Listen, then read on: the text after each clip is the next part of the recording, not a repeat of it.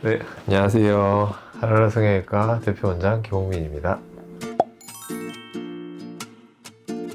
우리가 모반이라고 하면 정말 종류가 다양한데요. 모반이 생기는 깊이에 따라서 우리가 분류를 할 수 있습니다. 가장 피부층에 가까운 표피에 생기는 경우도 있고요. 그거보다 약간 더 깊은 진피층에서 생기는 모반도 있을 수 있고, 사실 이제 제가 다루는 분야는 표피나 진피층에서 생기게 되는, 흔히 얘기하는 우리가 점이라고 표현하는, 근데 점보다는 조금 더 큰 크기를 가지고 있는 튀어나온 형태의 그런 모반 형태를 띠고 있었을 경우에 제가 수술적으로 제거하는 걸 담당을 하고 있고, 조금 더 깊이가 깊은 층에서 생겼을 경우에는 우리가 레이저 치료나 이런 것들을 통해서도 치료하는 경우들도 있습니다.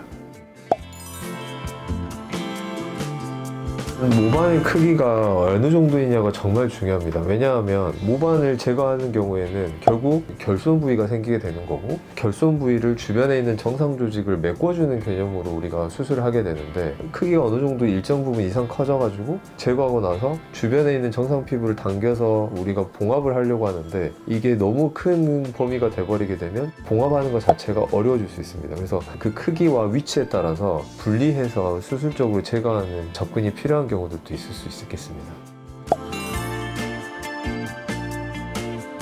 결국 크기로 모든 것들이 설명된다고 할 수 있겠습니다. 왜냐하면 점이라고 표현하는 정도의 크기, 3mm 내외에 해당하는 점이었을 경우에는 레이저 치료로도 얼마든지 좋은 결과를 기대해 볼 수 있습니다. 하지만 3mm를 넘어서는 정도의 모반 크기를 보였을 경우에는 튀어나온 형태를 취하게 되는 경우들도 그만큼 비례해서 많아질 거고, 크기가 커지게 되면 뿌리의 깊이도 깊어지기 마련입니다. 그러면 레이저로 치료하려고 하면 무리해서 제거하려고 하다 보면 상처가 치유되고 난 이후에 너무 과한 비유성 흉터라든지 심할 경우에는 켈로이드 흉터, 이런 거를 우리가 유발할 수가 있기 때문에 수술적으로 제거를 하고 주변에 있는 정상 조직을 가져와서 봉합을 해주는 게 바람직하다고 할 수 있겠습니다.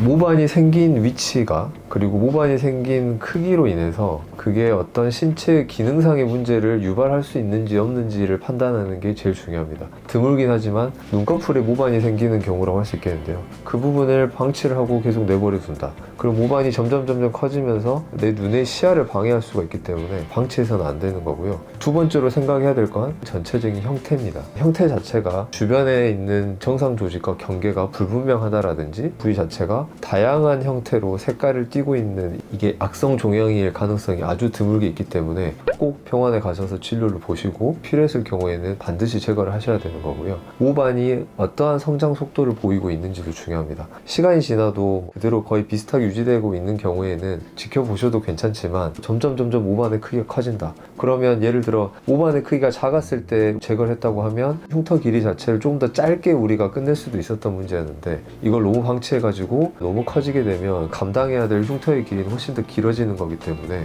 모반이 어느 정도의 성장 속도를 보이고 있는지에 대한 부분도 간과해서는 안 된다고 할 수 있겠습니다.